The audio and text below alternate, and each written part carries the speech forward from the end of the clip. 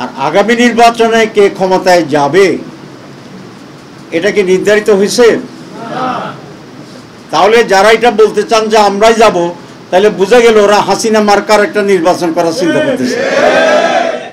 নির্বাচন কমিশনকে আইনের আওতায় আনতে হবে, অ্যাকাউন্টেবিলিটির ভিতরে আনতে হবে, যাতে তারা অন্যায় করলে রিটায়ারমেন্টের পরেও বিচার করা যায়।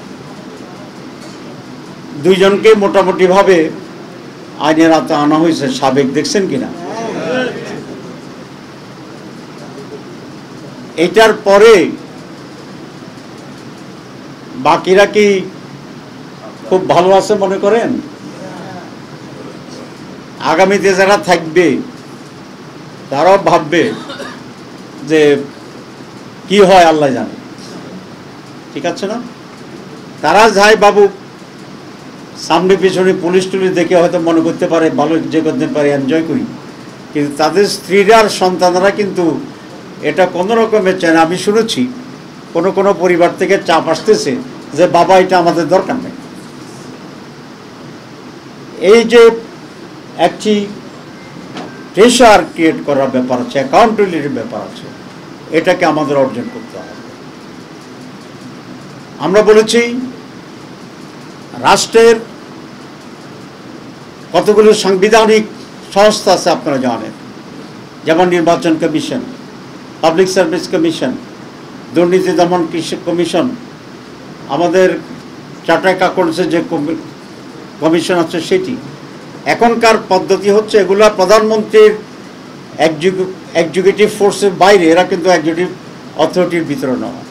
এখন যেটা করা হয়, প্রত্যেকটার জন্য আলাদা সার্চ কমিটি করা হয় এবং সেই সার্চ কমিটি যে প্রস্তাব করে সেখান থেকে প্রধানমন্ত্রী প্রেসিডেন্ট সেটাকে অ্যাপয়েন্টমেন্ট দেয়।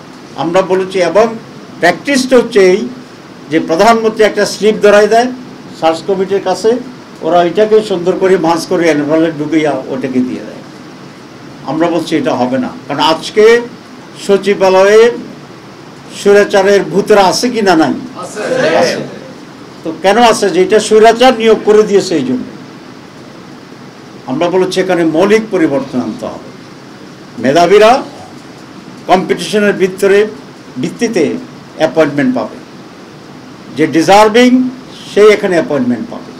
এবং সেই জন্যে আমরা একটা সাংবিধানিক বডি সংস্থার জন্য আমরা প্রস্তাব করেছি, যে এইসব সাংবিধানিক সংস্থাগুলো এবং সংবিধিবদ্ধ কতগুলো সংস্থা আছে, এই সকল কিছুর নিয়োগ একটি সাংবিধানিক কমিটির মাধ্যমে হবে। এই কমিটির কম্বিনেশন হচ্ছে স্ট্রাকচার, প্রধানমন্ত্রী, বিরোধী দলীয় নেতা বা নেত্রী, স্পিকার, ডেপুটি স্পিকার, প্রধান উপদেষ্টা, প্রধান বিচারপতির পক্ষ থেকে সুপ্রিম কোর্টের একজন প্রতিনিধি এবং প্রেসিডেন্টের পক্ষ থেকে একজন যোগ্য প্রতিনিধি। এটা পার্মানেন্ট সাংবিধানিক বডি হবে, যে যখন যেভাবে ক্ষমতা যায় এই স্ট্রাকচার হবে। এবং এই বডির 7 জন আছে, 7 জনের ভিতরে কমপক্ষে 5 জন একমত হলেই সেটাকে অ্যাপয়েন্টমেন্ট দেওয়া যাবে। তাহলে কি যোগ্যতার ভিত্তিতে হওয়ার সুযোগ আছে না? নির্দলীয় হওয়ার সুযোগ আছে। এখানে বিএনপি একটু আপত্তি করে, দুইটা কারণ। একটা কারণ হচ্ছে তারা ধরেই নিয়েছে এবার তারাই ক্ষমতায় যাবে। কি করে নিছে? ধরেই নিছে।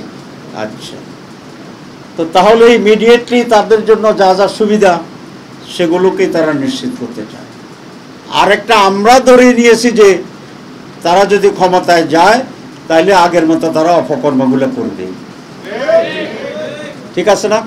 তাহলে তো আমরা কোনো পক্ষ থেকে প্রতিনিধি নিয়োগের কথা বলছি না, আমরা নিরপেক্ষ নিয়োগের কথা বলছি।